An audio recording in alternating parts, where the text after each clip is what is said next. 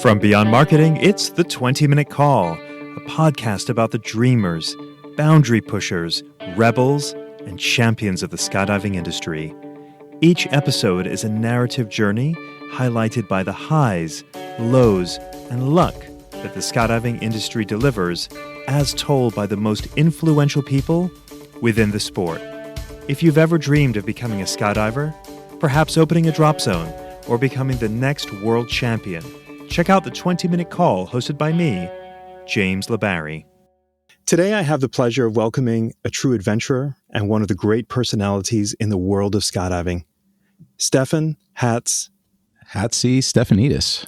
Hatzistefandis. Hatz is not only an experienced jumper with over 4,500 jumps, including more than 2,000 tandems, but he's also a helicopter and airline pilot, a demo jumper, and the mastermind behind planning skydives in some of the most breathtaking locations on the planet. From the Great Pyramids of Egypt to the Blue Hole in Belize, from Iceland to the Maldives, Hatz has built a reputation as a bucket list destination skydiver orchestrating the logistics for jumps in some of the most remote and awe-inspiring places. A passionate aviation enthusiast, Hatz recently took his love for the sport one step further by opening Pegasus Skydive Center in Stroudsburg, Pennsylvania, giving skydivers a new home after seeing too many drop zones close. His expertise extends beyond skydiving. He's also a pro-rated demo jumper, a tandem instructor, and if his skills weren't enough, he's also an accountant. With a love for an adventure, an eye for logistics, and a deep passion for bringing people together through skydiving, Hatz is a true community builder in the sport. I'm thrilled to welcome Hatz to the 20-Minute Call podcast. Hey, Hatz. Hey, how's it going, James? Thanks for having me. Thank you for being here. And forgive me, I got a little flustered and asked you to say your last name because I really wanted to get it right, but the pressure was too much. You know, there's a $5 prize in getting it right. I haven't given out too many fives, so it's all good. Even my close friends. That's where I got the nickname Hatz, actually. Everybody's like, dude, I can't even begin. Well, I'm just going to call you Hatz. Hatz, you got a little New York twang. You're originally from New York? I was born and raised here. Yeah, I'm actually first generation New York born. And what do you call it? My parents came from Greece. Actually, believe it or not, my dad came here with $20 in his pocket, and he worked pretty damn hard. He's pretty accomplished now in his life, and I think I took that work ethic from him, and I'm a pretty hard worker myself. So, we started from nothing here, and I got a drop zone, I got planes, I got all sorts of stuff going on. So, yeah. You're living the American dream. Yeah, pretty much, Where is your father? Where are your parents originally from? My parents are from Greece. Although my mom is from Greece, she's actually Egyptian. So I'm half Egyptian, half Greek. I actually grew up my whole life thinking I was just Greek, but then I found out later that half my family is from Egypt. So I didn't realize that. I read that one of the things that you do is when you get on an airplane, you always get in using your right foot first. Yeah. Explain that. Well, that's actually a Greek custom. Like even on New Year's, like one of the first things you do is like you walk in your house with the right foot, you start off the year right or something. And it's just, it's kind of a religious thing, but also like more of like a traditional thing. So it's a good luck thing, I would say. You're getting into an airplane, you're jumping out of airplanes, why not, get a little, good luck going on there, It's a little thing that my parents put in me, and I continue doing it. You mentioned that your family came here with very little, and fast forward to you now as a first-generation American, you run a drop zone. You're a pilot. You fly helicopters. You fly planes. You do accounting. If I met you in an elevator for the first time and I asked you what you do for a living, what is your response? Oh, God. So I actually have a really funny story. So one of my friends, this girl, Erica Dawson, she took me, she went to Dubai, and she was she does like this business conference type stuff. I don't know exactly what she does, but anyway, she introduced me to a bunch of professionals, and actually that's my thing too, because I have a lot of guys that I do a lot of things that those you didn't list like a quarter of my professions. Believe it or not, I do a lot more things. But anyway, funny thing. So I see these people and they're like, oh, so what do you do? I'm like, oh, and I sat there thinking to myself, I'm like, let's just say I'm an accountant. And all of a sudden, everybody thought I was like a hitman because they're like, what do you mean, let's just say I'm an accountant? I'm like, it's complicated. How am I going to explain what exactly I do? Believe it or not, I actually have a 5-star review cell phone repair store in New York City. I'm actually a licensed contractor. I do a lot. I do a lot. Take me through the list. What are all the things that you do, and many of the things that I missed in the intro? Well, I'm not an airline pilot, but I am. I actually am a helicopter pilot. I identify as a helicopter pilot. I will tell you that. But I got into airplanes during COVID because I'd already gotten all my commercial ratings in helicopters. I was doing tours. I've done jumpers. I've done all sorts of stuff with helicopters. I'm like, so where do I kick this up a notch? I was like, you know what? I used to joke, I don't even know how to fly. I don't even know how to turn on a plane. And here I am, like, I have like 3-4 planes now. And I actually might be getting into something crazier in the plane world, but whatever. Manage real estate. Man, I don't even know half the things I do. It's crazy. I actually am a gear salesperson. That's actually one of the first forays into skydiving that I did, like business-wise. Because of my customer service in the retail world and whatnot, I took that into skydiving, and I actually people dub me as Mr. Aerodyne, because I actually love the brand, and I'm always like pushing. They have everything. They got the reserves. They make the containers. They got everything there. It's made in the USA. It's great. They're going through some hard times now, but I hope they pull through with everything. But I don't know. I do a lot, man. The list goes on. I probably forgot a few things. Where's this serial entrepreneurship come from? I want to say it's probably my grandfather. So my grandfather, who actually raised me, because my parents were really hardworking when I was growing up. They never came home. They left the house at like 8 a.m. and they came home at like 10 o'clock at night. And I'm kind of the same way, like my parents now. Like I literally, like I get up and I just go. I don't even drink coffee, by the way, just so you know. So my grandfather raised me, and my grandfather was like, dude, he was a cab driver. He was a a travel agent, a real estate broker. He was everything. I was like, wow, this guy does everything. He taught me how to drive, my grandfather. I think I took that from him. He did cook very well, and that's one thing I don't do. I cannot cook. So I might have a lot of skills, but cooking is not one of them. As someone who struggles to stay organized, how do you stay organized with all that's happening? Believe it or not, I do make mistakes. Kind of like how I showed up for our meeting yesterday. Actually, a lot of the stuff is in my head. It's a crazy file organizing cabinet. I actually don't really use alarms either. If I have like a 6 a.m. flight and I got to get up at 4, and I'll set an alarm for 4 a.m., but for some reason my body will wake me up at like 3:47. And I'm like, okay, well, that happened. So. And what time do you typically go to bed at night? Well, last night I was shoveling snow. I went to sleep at like 1 and I got up at like 7:30 or so, something like that. 5-6 hours is a good amount of sleep for me. Below 5, I'm cranky. 8, I'm like tired. Tell me about growing up. Do you have siblings? Yeah. And what were you like as a kid? I do have one brother, a younger brother. We don't really speak a lot. But I was always his, older brother, like trying to take care of him and whatnot. And just, growing up in New York City, I got beat up a lot.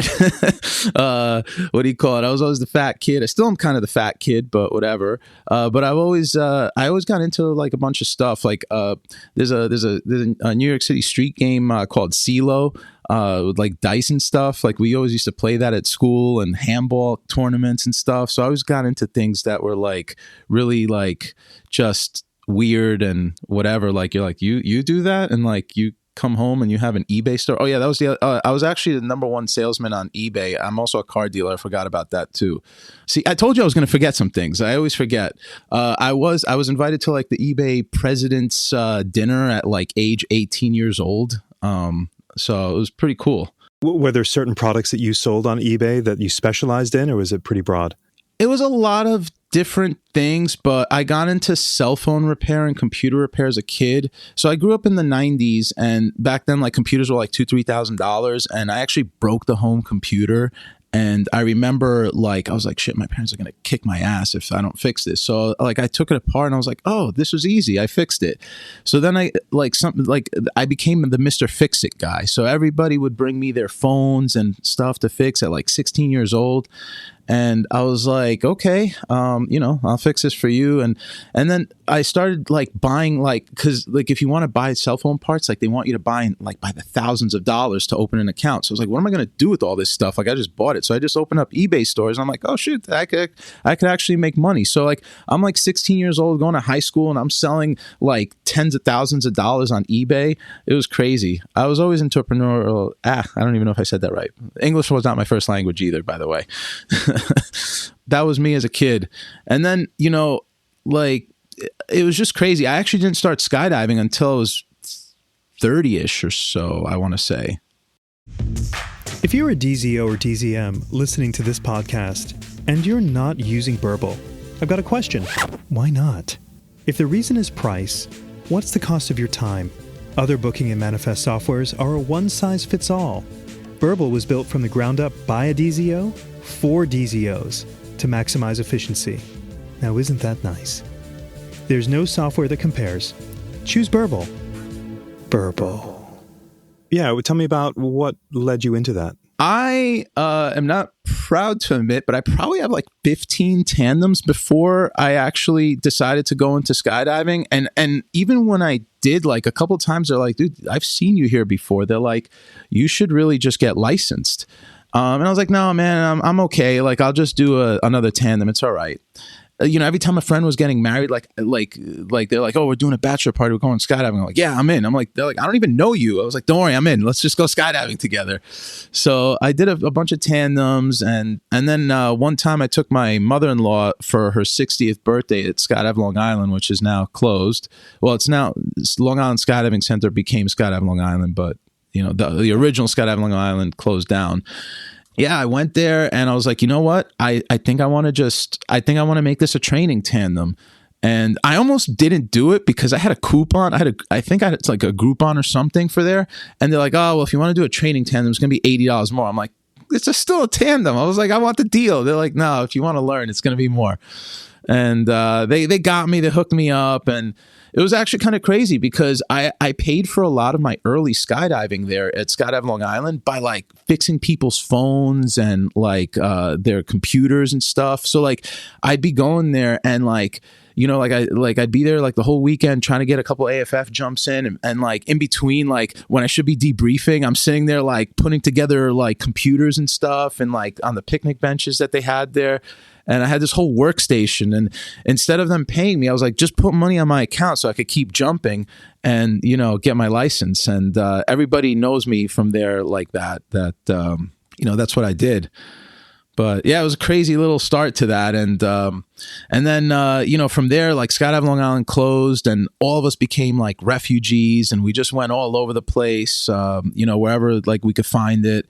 A lot of us ended up at the ranch. A lot of us ended up at Sussex. And I think I ended up at Sussex for a while. I actually owe like Winnie from Sussex to like why I am a tandem instructor who I am today. Actually, it's a funny story about that too. Tell us that story. So when Skydive Long Island closed, I went to Florida a lot, and I was there. Like I actually spent a lot of time in Spaceland. I really love Spaceland down there, and I made a lot of friends there. And I actually did my B license canopy course and my coach rating down there, and that was so grueling. And I hated doing this coach course. I think it's the hardest like instructional rating, to be honest with you. But I finally got it. And I had it for like a year or two, and I never did any coach jumps. I'm like, this is so stupid. So I just never renewed it. And I remember, I don't know how Winnie found out at Sussex, and he calls me when I was about to board the plane. He's like, hey, can you step into my office? I'm like, okay. He's like, hey, I noticed you renewed your license, but you let your coach rating lapse. Like, why? I'm like, dude, how do you know this? Like, I don't even talk to you. He's like, I see these things. And he's like, you should never give up anything. You need to, like, do it. I'm like, dude, I'm just having fun. This is my escape skydiving. Like, I'm not, like, I don't even care about this coach rating. He's like, you should become a tandem instructor. And as a matter of fact, we're having a course next week. I'm like, dude, I'm never going to do that. You're never going to see me do that. I don't know how. Somehow he convinced me, and I'm sitting there in this tandem course. And now I identify as a tandem instructor. That's my discipline. I used to free fly a lot and whatnot. I wingsuited a bunch, landed off a whole lot. And now I identify as a tandem instructor. But I really love sharing this passion of skydiving with new people. And I mean, to be honest with you, I'm hosting an event. I'm co-hosting an event with Rich Grimm next month actually a couple weeks in Belize. I had the option to do a fun jump into the blue hole. I'm doing a tandem into the blue hole, and I willingly chose to do that. Like, I love doing that. I prefer 2-to-1.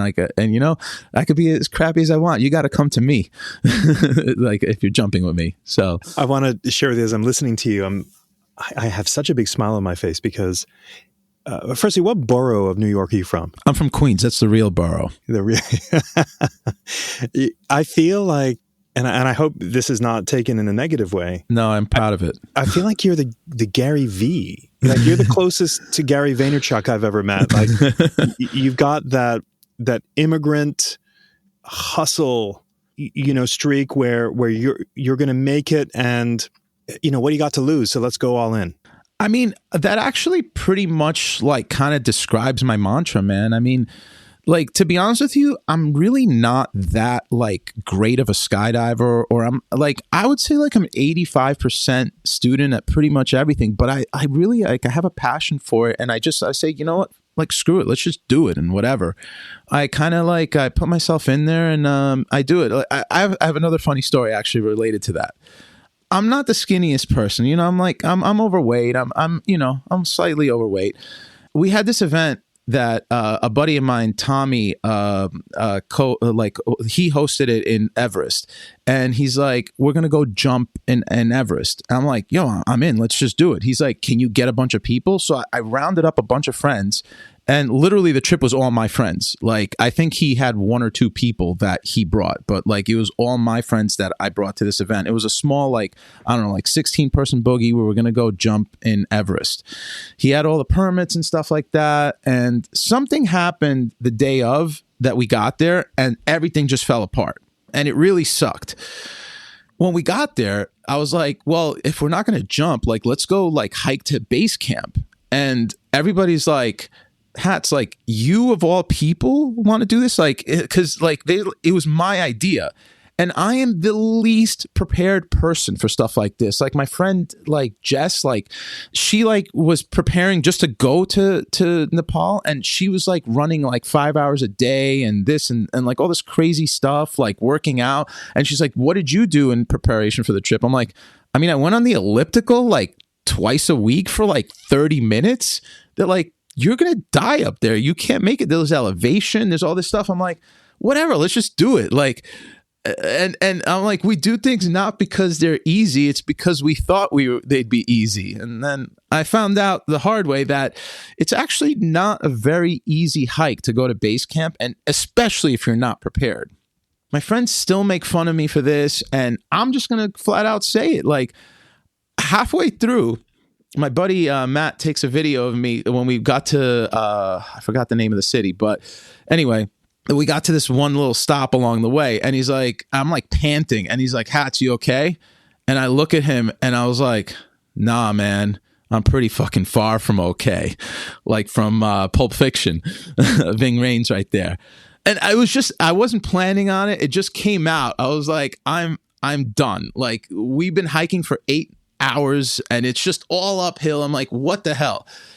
I rented a horse that day, and for like, I just wanted to cut it. I was like, I could do like 4 hours of hiking, but like the 8 or 9 is just too much. So I was like, I just want it for like a little bit, like just bring the horse. And I didn't realize like this whole when I asked the guide, I'm like, hey, can we get a horse? And the guy's like, yeah, it's like 175 a day. I'm like, nah, dude. I'm like, that's too much money. I was like, what, the horse, like, what does he get? Like a pension or something? Like, what am I paying this horse $175? I'll give you $25 for this horse. And so he's like, no, man, the horse got to eat. I'm like, okay, I got an apple here. And he's like, he needs a lot more than an apple, bro. He's going to carry your fat ass up the mountain. I was like, okay, all right, whatever. So the next morning, he shows up with the horse. He's like, this is your horse, get on. And I'm like, let's just walk a little bit. I'll get it like around midday when I'm tired. He's like, no, man, you get on now. So I look like an idiot. Everybody else is walking, and I'm on this horse. I'm on this high horse. I'm like, I'm like, this is just whatever.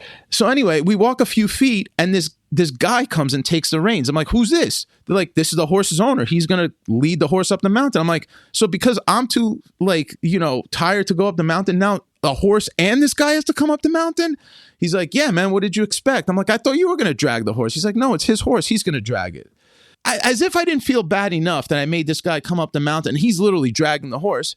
We stop a few more 100 feet, and he picks up this gigantic, like, 8-foot burlap sack and puts it on his back, and he's like struggling, and now he's like pulling the horse in this gigantic burlap sack. I'm like, what's that? And they're like, the horse has to eat. He's got to carry the horse's food.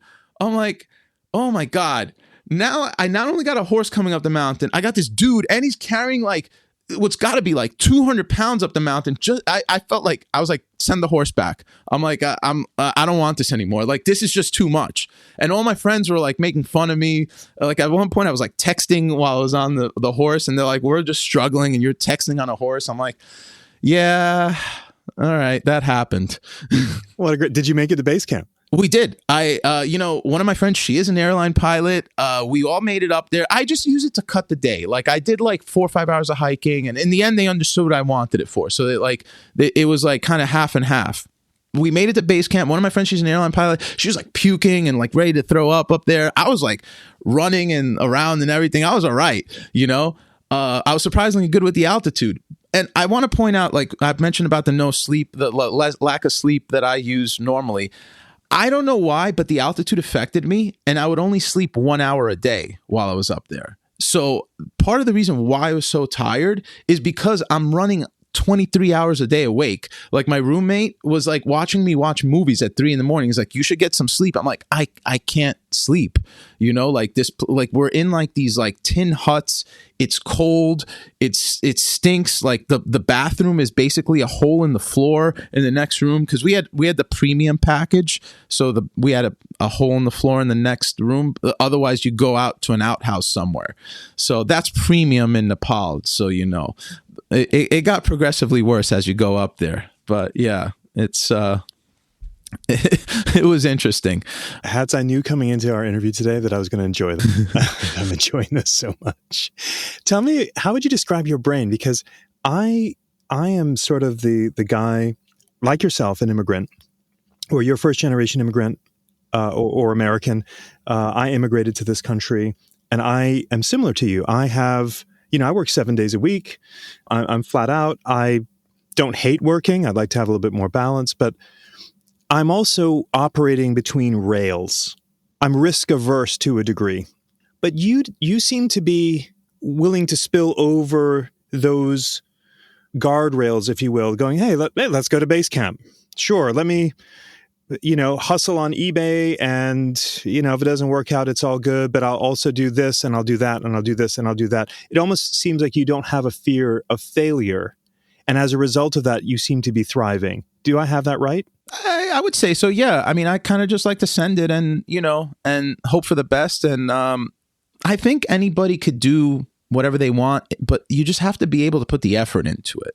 And I don't really think you can fail if you actually are competent and put some effort into it. And if all else fails, get a horse, So, I mean, there's options. I've learned that the color blue pops up a lot. You reference blue a lot. Tell me about that. Maybe it's the Greek in me. I don't know what it is. It is my favorite color, I would say, and I don't like to place favorites. I don't know. I think it's a good luck color for me. If something is blue, I'm like bye. Actually, all my aircraft have some sort of blue in them. And people joke like if it's not blue, it's not for Hatz. Yeah, if you see something that's got some blue in it, it's most likely mine. Even my car. Do you have a lot of toys? A lot of cars along with your planes? I used to deal with a lot of cars, but I grew out of them. I still have a couple of old cars. I have like a 1973 AMC Javelin. I actually have, my dad has a 1964 Lincoln Continental, the one with the suicide doors that Kennedy was shot in. That's a cool car. I love that car. It's awesome. It's huge. Like, I mean, ridiculous. Like the biggest convertible top you've ever seen. I used to have a DeLorean, actually. I sold it to this guy in Ireland, and he's actually my Irish counterpart. It was kind of funny because he does a lot of the same stuff. He's like a news personality, and he owns a computer store. He's a pilot too. I'm like, dude, where did I find you? He's like, we both like the same car. What can I tell you? It's pretty funny.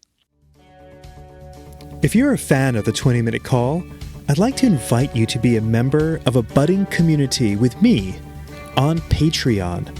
By becoming a patron of the show, you can join me behind the scenes to discuss options for future guests and gain access to some show swag.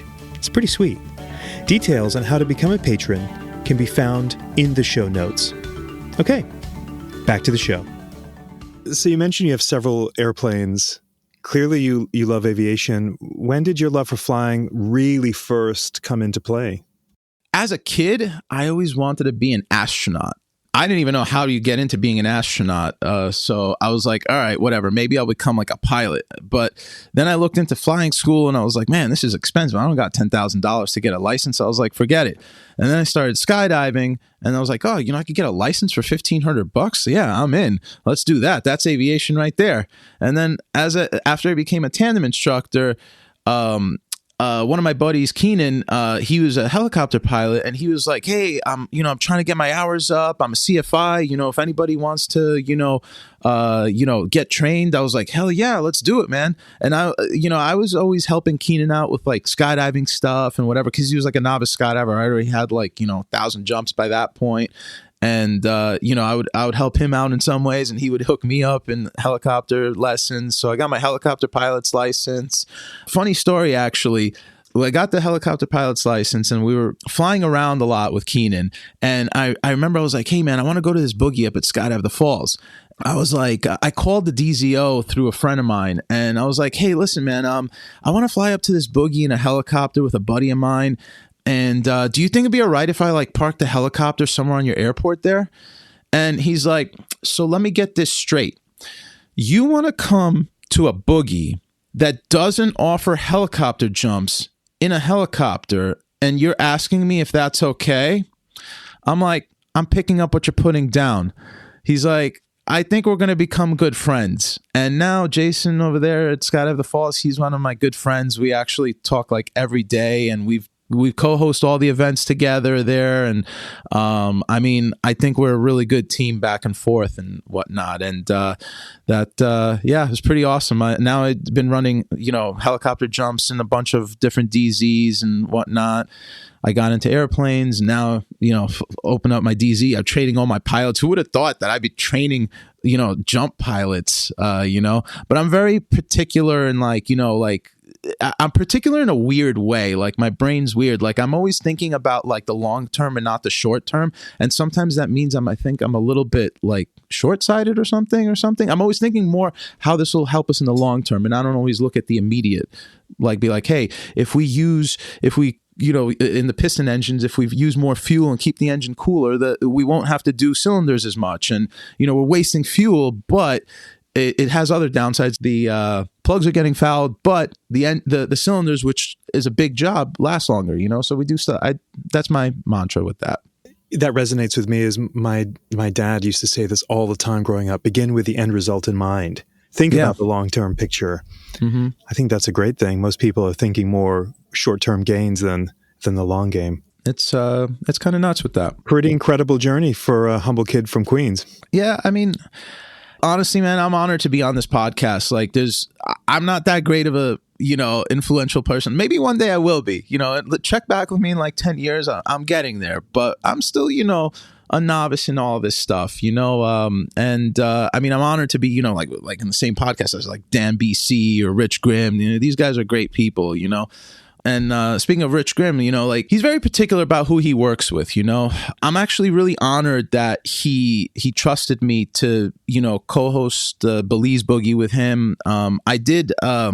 What do you call it? Come through in a lot of ways. And he's like, oh, this kid's a hard worker. And I think that's why he took me under his wing with that one, at least. And I have a lot to learn from him. He's a very, influential person in skydiving for me. And it's been pretty wild. We have 40 something people coming to Belize in a little bit, and we're going to jump over the blue hole. I always try to entertain people, keep it funny and whatnot. And it's essentially it's a 1 week vacation for one jump, but honestly, it's the most incredible jump of your skydiving career.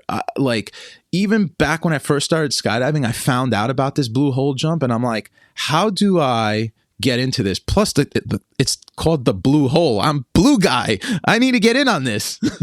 So I really love it. I've done the jump. I don't even know how many times, like 5-ish or so. It's a amazing jump, and I'll do it a million times, and I'll keep doing it. It'll never get old. It's like doing a tour of New York City in a helicopter. They're like, hey, you want to do one? I'm like, I do it mainly for fun, like not for business. Like, although I am involved in a tour company that does that, and no surprise, right? Of course you are. Of course you are. So like they do tours around the city, but I mean, I don't really do the tours. Like I only do them for friends and like people of mine, and I could do it all day long, and it just never gets old. And I could repeat the same exact thing. And I'm like, you know what? It's so cool. I can't believe they let me do this. They let you do so much more in a helicopter than they do in a plane. And I think they're so maneuverable. I really love helicopters. They're awesome. Let's talk about the blue hole for a moment. I was looking at an article in Skydive Mag that you wrote, and there's a lot of pictures in there. And there's a photograph, I think taken by Laszlo. You are coming in on final into the blue hole as tandem instructor with tandem student. I can see a boat is there and ready, but I'm noticing the water is quite choppy. It's not flat calm. And I'm thinking, okay, it's one thing to do a water landing on your own. It's a whole nother deal to have someone attached to you. Talk me through how that works. Like, how quickly are you able to unclip? How different is the training for a tandem water landing? That's definitely not normal. Definitely not normal. Also, the one thing I will say about the blue hole, it tends to be very windy jump. Probably the one that landing that you looked at, I believe the winds were like 30 miles an hour landing, which is insane to think like you're landing a tandem at 30 miles an hour. But there's nothing there. There's no buildings, no mechanical turbulence coming out of there. It's just open water, I mean, as long as there's no storm coming through and it's like gusty or whatever, then, you're going to be safe either way. But like if it's just a steady 30 mile per hour wind, it's like, what are you going to do? The one thing is, because when we do the blue hole jumps, I always have to train people. Like, I mean, Rich gives his speech too, but like I have to like kind of like give it to like the younger people that are coming to this, like the speech. Like I'm like, listen, you gotta like make sure like you set up like further out, because you're basically gonna go backwards on final so you don't want to set yourself up in like the middle of the hole and end up on the coral reef. And the first time I ever did the blue hole jump, by the way, was a fun jump into it, and there's police there with machine guns, and they're like, don't touch the reef, $25,000 fine. And they're pointing machine guns at you. And I'm like, the first time that happened, I'm like, my dude, why do you have a machine gun in the middle of the ocean? We're 65 miles from land. And like I grabbed onto the first time I grabbed onto the police boat because somebody had landed near the reef, and they were just yelling and screaming at me with machine guns. And I'm like, dude, put the gun down. I was like, I'm going to hold on to the side of the boat because now I'm like, starting to like sink a little bit. I'm like, I need some help. And he's like, oh, you want my gun to hold on to? I'm like, put the gun away, dude. And then you know what he does? He turns the gun and gives me the trigger end. I'm like, dude, if I grab the trigger and I shoot you in the face, I'm going to jail. Put the gun down. Just give me your damn hand and let me hold on to the boat, until they go grab the guy that landed by the reef. It was the funniest thing. And like people took photos of me. They're like, why were you like your hands were up in the air screaming? Like, what were you doing with the cops? I was like, they kept putting machine guns in my face. I'm like, what are you going to do? Shoot me and take me back to land to a hospital? Like, what are you doing here? It was pretty funny. So I think they calmed down since then. That was back in like 2017 when that happened. But yeah, I mean, as far as like the tandem water landing into that, sorry, I went on a whole tangent with that, but I love the tangent. That was a good one. As far as doing a tandem water landing in there, it's actually not much different. And I like to do things, you know, like completely by the book, like where you hook up like the lowers back again, even though a lot of instructors, they unhook the lowers, especially for something like that. And I don't know, I'm pretty quick with it. I just, you know, I do a normal flare. You know, you gotta have that eyesight picture, because if you do too high of a flare, you're just going to plop right into the water. It'll hurt like hell. So you have to time it pretty properly and get in there, and just with the other person in front of you. That's the thing, because if they're usually sitting at like chest height from me, when we dunk into the water, I'm like, all right, just hold your breath for a second, because you're going to plop in. But actually, when you're underwater, you'll be weightless, and I'll just pop those buckles right off right there. So just give it a second before you pop up over the water. And I just pop everything off real quick. And I'm like, all right, swim away 1 second. Let me gather up this big old parachute. I hate the size of these tandems, man. They're so huge. I want them to make like, like a Valkyrie tandem. You know, I'm guilty of that, man. I'm a big guy. I'm like, 240 or something. And, I'm rocking the 330s. I do a 295, here and there. But like, I like the speed. Can't imagine the weight of that canopy soaking wet, trying to get that into a boat. That's got to be quite not to mention with it being 30-mile-an-hour winds, the chop, it becomes the boat a sail, rocking up and down. Yeah. Yeah. No, that thing is, I've wrangled that twice or something in. I'm going to be wrangling again this year into that. The key is I actually don't, like they say always, like, disconnect your RSL when you do a water landing and cut away the canopy. That thing's going to fill up with water and it's going to sink if I do that. I just leave it connected, and I just, I just sit there reeling up one of the brake lines and try to make it, so that it doesn't get too much water into it. I actually try to close the cells, because once it fills up with water, that's like, forget it. It could be like a 10-minute ordeal. The first time I did it, I didn't think that through.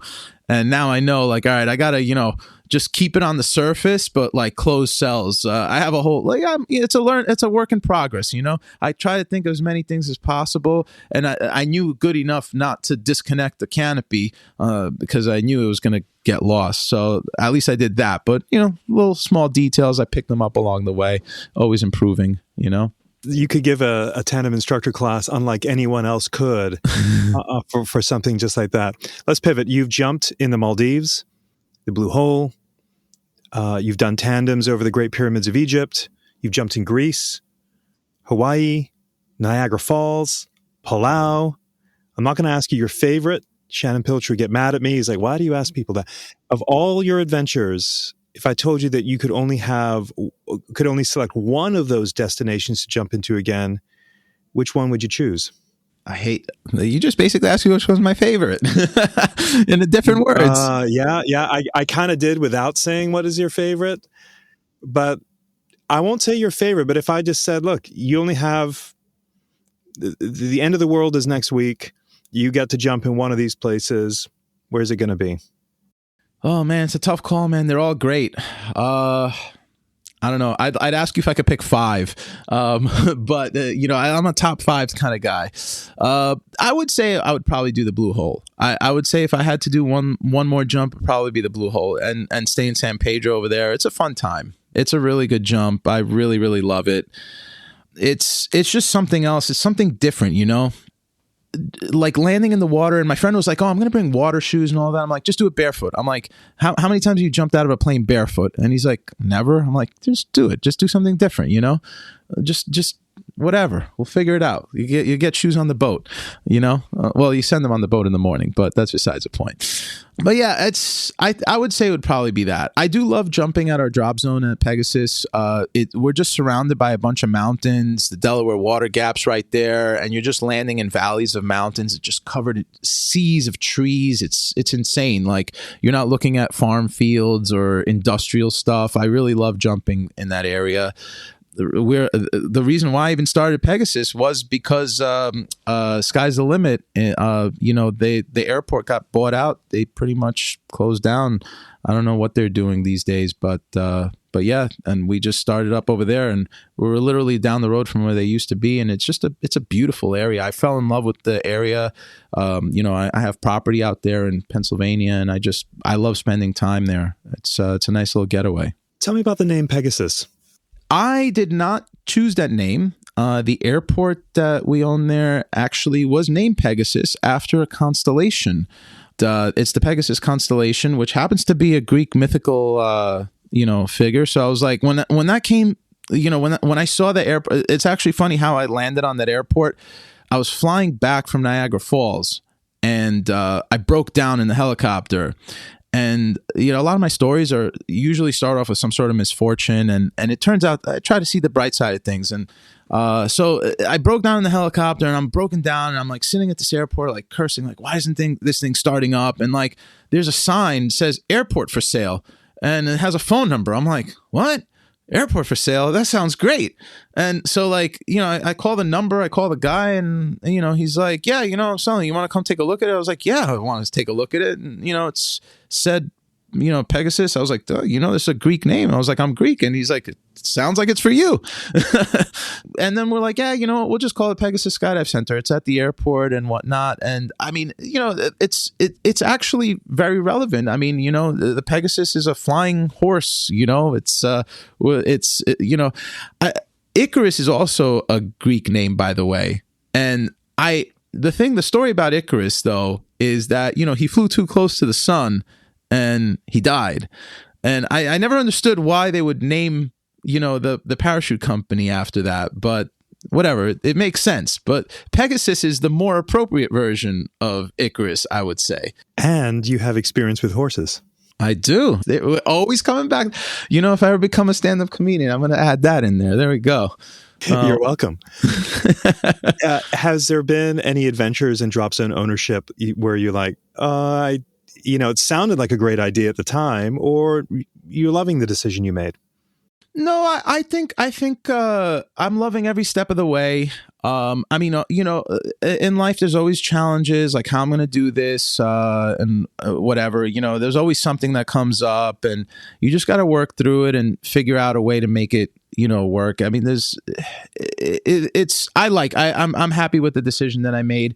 We actually have some exciting news, more than likely. I can't share it yet because it's not quite there, but Pegasus might be, like stepping it up a notch. We'll keep you posted in the springtime if it all pulls through. I already have an idea. Your love for aviation, something stepping up. I'll leave it right there. Well, sounds like an enhancement coming along. Something like that.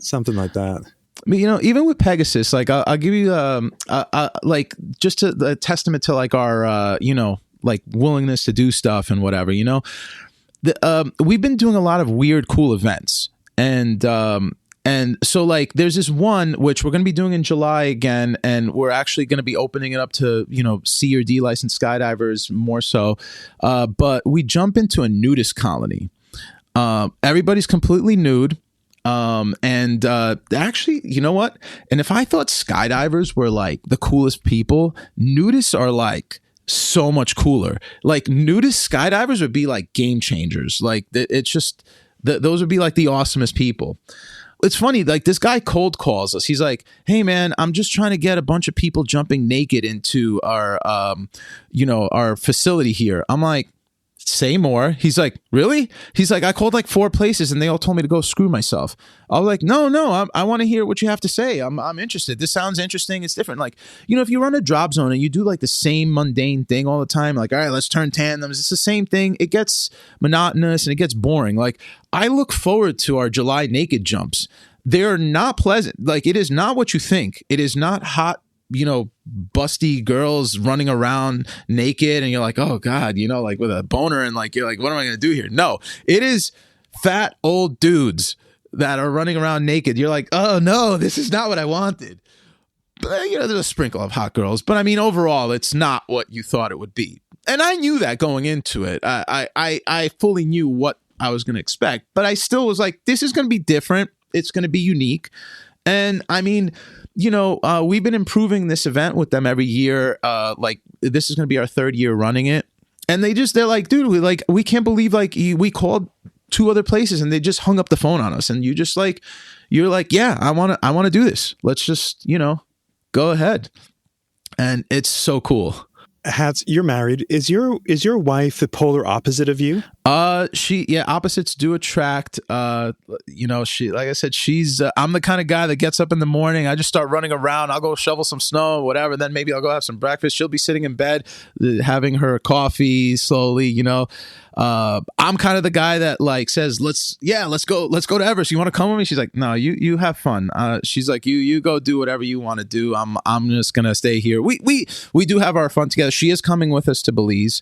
She does enjoy that. I've actually taken her on a tandem into the Blue Hole. Begrudgingly. She has 4 jumps total. It's kind of hard to convince her to do jumps, but I'm like, hey, we're gonna jump in the Bahamas. I almost got her to jump in Egypt, but she's like, no. Yeah, the complete opposite. I that was a hunch because I'm sort of a big picture dreamer. Yeah, and my wife grounds me. Yeah, we need that. Yeah, for sure. Yeah, that's important. I mean, I'm glad to hear there's somebody else like that. That's awesome. 100%. When I look at your social media, I'm kind of in awe. Hatz, man, you're living cool life. And one thing that I noticed is you're moving airplanes a lot between Alaska and the U.S. What are you doing there? Well, that's not my gig. That's actually my friend Eric's gig. He does a lot of ferrying. Whenever there's a cool spot, because we're both commercial pilots, I'm like, hey man, if you have something cool coming up, just let me know and I'll just I'll do it. He called me. He's like, hey, we're going. I'm delivering a plane to Alaska. I'm like, I'm in. I think he kind of hates me a little bit because he gets paid by the day. So he has this whole plan and he likes, he's another type A and, he's like, oh, we're going to go here. We're going to go there. But I'm sitting there studying weather models and stuff. I'm like, yeah, but you know what though? If we take this northern route, we'll avoid that storm that's going to hit down there. And we could probably shave a day off. And let's just fly. We usually do it in June or whatever. I'm like, let's just fly till midnight. We got midnight sun. How cool would that be? He's like, dude, my day is 8 hours. I'm like, yeah, but it's still sunny out. What are we going to do? We're going to sit down. Let's just keep going. We managed to move this plane in 4 days. He's like, the quickest I've ever done it. It was 6. I don't understand. We just killed all this, time. And I'm like, well, I offered you if you wanted to chill out in Yukon. You're like, no, let's just keep moving. But I want to do the most efficient. And then while we're there, let's go hang out. And I even offered to stay an extra day. He was like, no, let's just leave Alaska. So I was like, all right, we'll leave. But, it was funny. But we ran into some zany adventures over there, almost got dragged into an underground, gambling ring in Fairbanks at 1 a.m. after we had landed. It was still sunny out. It was crazy. And they came up to us and they were like, oh, come to this bar in the basement. And they're like, oh, why don't you put down some money on the table? I'm like, yeah, I'm going to go. I'm going to go to the other bar. Thanks though, and it's just, there's some funny things that happen in the middle of the night in Alaska. Hatz, man, if you wrote a book, I'd buy it. I'd buy it in a minute. You have some adventures. I have a lot of good adventures. I've had some bad, I try to see the positive in things, not to get on a bad note, but one of the significant moments in my life, which I think keeps me grounded in a sense of not to overreach in a sense. Even though I am a reacher, whatever, I was in Hawaii for a bachelor party. I believe it was 2019 when this happened, when the plane crashed at Oahu Parachute Center. Believe it or not, I was supposed to be on that load. We were on the load before. It's a whole Final Destination type of thing. And what happened was we were there for a bachelor party. It was 8 of us, and we all showed up. There was a couple tandems that were there signing up, and the DZO's like, hey man, you guys are licensed, just get on quick and we'll get them on the next load. And I was like, all right, yeah, we'll just, because we showed up after these guys. They're like, we wavered up real quick. We got the briefing. I'd already been there a couple times anyway. And we got on the plane, we do the jump, and it was the pilot did some weird moves, and I was like, oh, that was weird. And then I packed pretty quickly, so I was all packed up with one of my buddies, and all my other friends are sitting there still packing their stuff, and I'm like, all right, well, me and Kurt are going to do a jump real quick, and we'll get you guys on the third one. We'll go back up. And I'm on the plane, and I'm getting on the plane. I'm literally in the door, and I'm like, Kurt, man, let's just be social. Let's just go hang out with our friends. Let's go back. at that moment, we get off the plane, and the other two kids, like there was these two kids that they said that the report came out that it was 9 people and then it was 11 people that died. These two kids jumped on the plane. They had just gotten recurrent that day. And they're like, cool, we'll do a sunset jump over here. And they took our place in the plane. And I'm sitting there helping pack my friend's rig. And all of a sudden, a big fireball. I'm like, holy crap, I was supposed to be on that plane. That was a real sombering moment. And I'm actually cited in the NTSB report too. Like, I was like, everybody blamed it on the plane. I don't think it was the plane. It was, maybe it was contributing factors, but the pilot was doing some sketchy stuff there, and unfortunately, he wrote checks that he could not cash. And I think that's what ended up happening. But it was just seeing this happen in front of me. I was like, okay, I need to chill out a little bit. I still think about it that day, like, I'm like, wow, like, why did I get off that plane? Like, how did we, become load 1 and not load 2 that was supposed to be that, it was a lot. It was crazy. So I still think about that a lot, and it keeps me a little grounded. I'm like, all right, let's reach, but let's take it easy. We'll, instead of doing 25 hours of training, let's do 35 hours of training, before we take on this plane or whatever. How do you process that? And I mean, obviously it gave you a different perspective on how you were living. Yeah.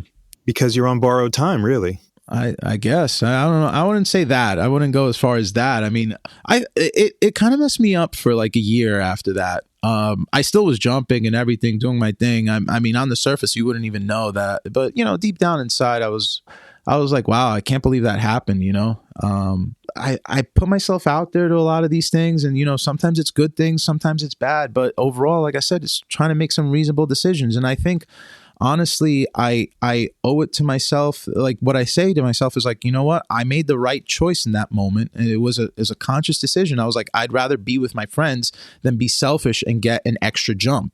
And I'm the kind of guy now that like will go to a boogie and might do like, if they include 15 jumps, I might do 5, but I'm hanging out most of the time, meeting people. I love meeting people too. So like I'll chat people's ear off all the time.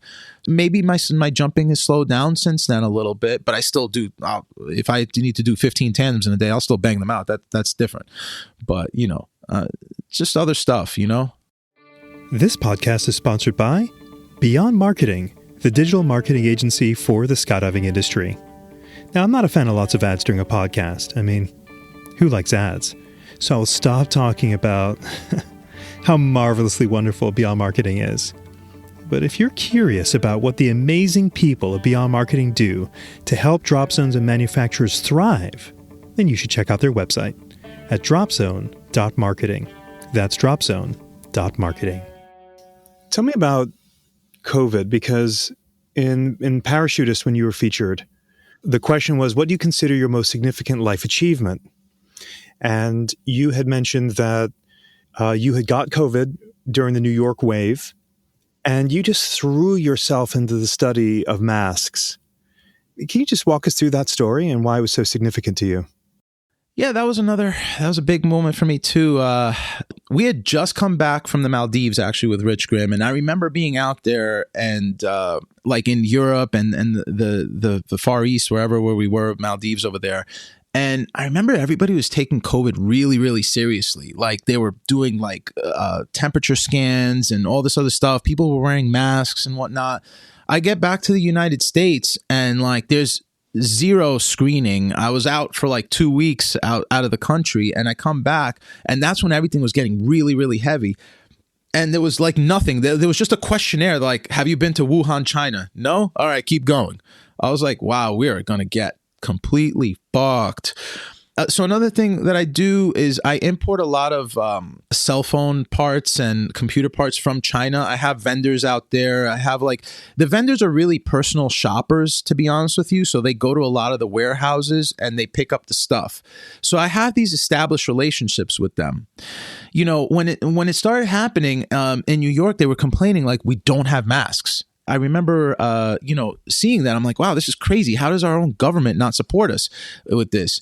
And I remember like the governor of Illinois like sent an order out from China or something, and he got like a whole plane full of masks, and they were so proud of it, and they were all like garbage masks, and they had to throw them all out because they weren't actually what they said they were, because they didn't really look at the specs. And honestly, I thought that the blue masks, I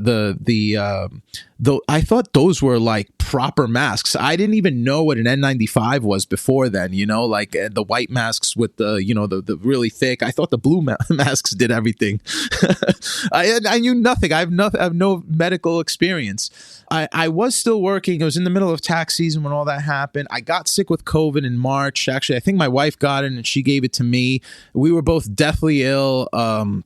I made it through pretty much before even the shutdowns. I was already like pretty much okay. I like pretty much like 5 days into the shutdown, we were getting better. Yeah, I started researching a lot. I started talking to my vendors, and you know, there's actual like studies that happen. Like there's a plethora of information, and the U.S. government does all these studies that like you're like, what are they even? What's the point of these studies? Like, why don't you just buy masks from 3M? But at that point, I realized because 3M couldn't even produce the masks fast enough that you needed to go to alternate sources. So I started looking at like researching, you know, the how they're made and whatnot, and how to like which companies are good. So I sent my personal shoppers out to these factories, and they're like, this isn't the normal stuff that you send us for, Steph. And like, where are we? Like, we're at like the middle of the countryside here looking for these masks. And they found me masks, and they, you know, what they do is they get them for you, they ship them and whatever. And I started this whole Facebook donation thing, and I raised tens of thousands of dollars from all my skydiving friends. And we got all this stuff together, and I was, you know, I said, listen, if anybody needs masks, I have a bunch of friends that work in the hospital system here. I was giving them to them, and I was just giving them out for free, like to whoever needed them. Police departments, I sent them out and whatnot, like just so people could be safe. After some time, there was a whole big stigma about the masks, and it kind of just completely dropped off. But I'm proud to say that, like, I was delivering masks before the end of March, and we're talking about like I think the shutdowns happened on the 18th or something, and I'm sitting here on like the 20th delivering masks that came from across the world. So I was, you know, I came in at the right time for everybody, and I didn't ask for a single dollar. Actually, I think in the end, because I was buying them faster than the donations were coming in. And I probably ended up spending like $10,000 of my own dollars in the end. Like I ended up, you know, donating a bunch of masks. I wasn't planning on that, but the donations kind of just stopped. But I felt really good about it because I was able to help people that actually needed them, the first responders that were helping us keep us safe. And so many people were dying at that time. And I was like, what can I do to help? I felt like I really, really came through, and I really am proud of myself for what I did with that, you know?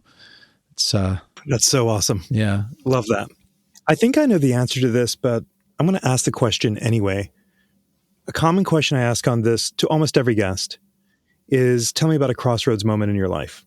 A crossroads moment, and the way I define that is, maybe you meet someone that just seems completely random, and then they have this enormous influence on the trajectory of your life. Or maybe you say yes to something, or you say no to something, and it just seems very mundane, and that changes the trajectory of your life. Man, I mean, I feel like you are living the life of many people. Does a crossroads moment come to mind straight off? You know, that's a tough one to think about. And I should have known you were going to ask me this one, because I have listened to a few of these, and it's hard to say one particular person, you know. There's so many influential people in my life that have changed the trajectory in a few ways.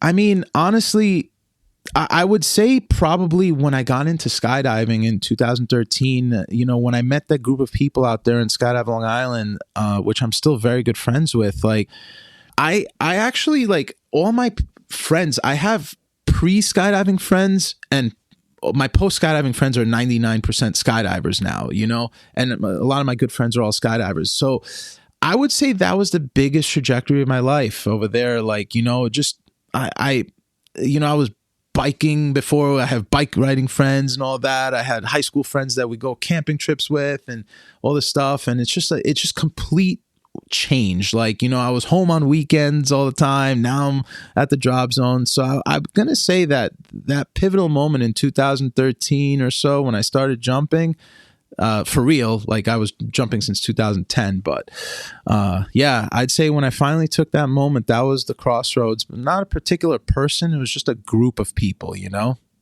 Hatz, I really admire you because you are living, it feels like you're living free, right? Like you're following your heart. Yeah, I would say so.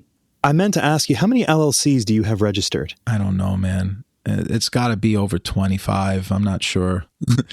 If I give any point of advice, like I was talking to somebody that's opening a drop zone. He's like, "Oh, I think I'm going to put a second plane in the same LLC." I'm like, "Nah, just open another one." Everything has to have its own separate entity. As an accountant, I always try to give tax advice and whatnot. So, but yeah, I've got a lot. I don't know. And they all have a little slice of my brain too. Those LLCs, like, oh, I got to do this for that one. I got to do that for that one.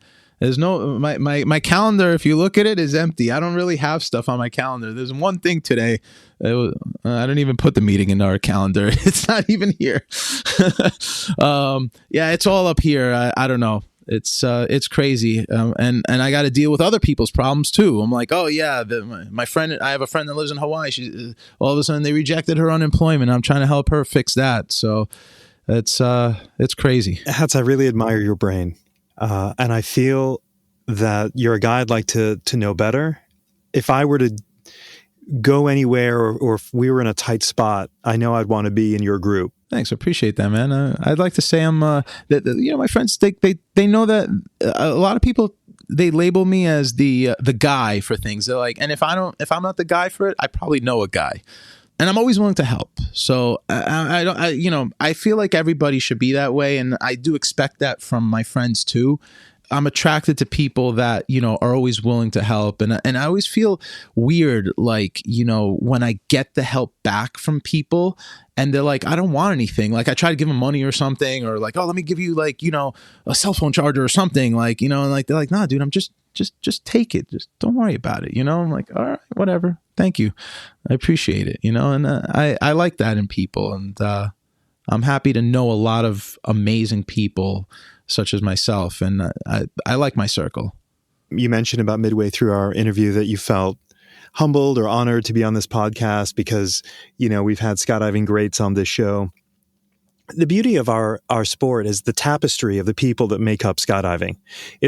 I'm not attracted necessarily to the fact that someone has 12 world championships. I'm more curious about what drove you to go there and why, though you may feel humbled, why it is so, I'm so pleased that we have this interview today because it's people like you that make our community so awesome. Man, your contribution to the sport is clearly far greater than you think it is. It is awesome. Thanks, man. I appreciate that. Yeah, it's a really awesome group of people out here that I mean, it's insane from all walks of life, and I love talking to people. I was just in Norway and I was talking to everybody that went to that boogie, and I met a few people, and now like I'm even doing business with one of them, and it's just, I always ask people what you do. And then I remember it, like my friend Chloe, she's like a therapist, a extreme sports therapist. And now like whenever somebody says, oh, I always say, oh, call my friend Chloe down there. When I went to Skydive Alabama, everybody there, I asked them what they do. They're like rocket scientists. So like, if you ever need a rocket scientist, just go to Skydive Alabama. There's plenty of them there. Like, I thought they were fucking with me at first. Cause like the joke, like, hey, what do you do? I'm a rocket scientist. Like, yeah, right. Nobody's really a rocket scientist, but the people there are. And it's like, I never thought in my life I would go to a place and 7 people would be like, hey, I'm a rocket scientist. I'm like, what? where did I go in life? Like, I was an accountant / eBay guy. How did I end up in a room full of rocket scientists that jump out of planes for fun and then get wasted at night? And you're like, oh my God, that guy's going to make a rocket tomorrow. You know? So like, it's so weird. I really love this community. And the nudists. Let's not forget the nudists. You gotta throw in the nudists. I invite people that have a lot of jumps to come try that with us this July. It's a really fun time. They're insane people. It's a real good time. Hatz, if somebody wants to, I mean, you may not want people to get a hold of you. You're so busy. If they want to jump at your DZ or do connect with you, how best for them to do that? I mean, they could always add me on Facebook. I try to add people that I've met, whatever. But yeah, I mean, they could always shoot me in, a friend request. If they look up Hatz ! On Facebook, they'll usually find me. And then they'll see my long ass name. They're like, oh, wait, I got the wrong guy. You're the first and only podcast interview where I've had to have my guest pronounce their last name because I just couldn't get it right. My brain I needed more coffee. I wish I didn't need coffee like yourself. Hatz, it's been a pleasure. I'm so grateful for your time. It is very precious for sure. And man, I'm going to be following you with great interest. This podcast will be released probably when you're in Belize. So maybe with some beers, you guys can listen to it. That'd be awesome, man. To the adventures of Hatz. So thank you again, man. I look forward to it. That was so much fun. I enjoyed whenever you said going, my favorite bit of this is, I actually got a funny story about that. Like leading in. That was great. Yeah. I'm full of stories. They go on. I could ramble your ear off for hours and then you'd be like, all right, man, I need to go to sleep, dude. Let's do this. It was a pleasure, James. I really, really, really, it was awesome. Thank you for having me. Thank you, my friend. Hey, everyone. Thanks so much for listening to the 20-Minute Call podcast. Please do follow us on your podcast app so you always have the latest episode, which is released every Monday. If you want to contact the team, our email address is podcast@beyondmarketing.xyz. This episode was edited and engineered by Garnet Znydrick of the YouTube channel Blue Skies Fun Days. Thanks for listening and join us next week for our next episode.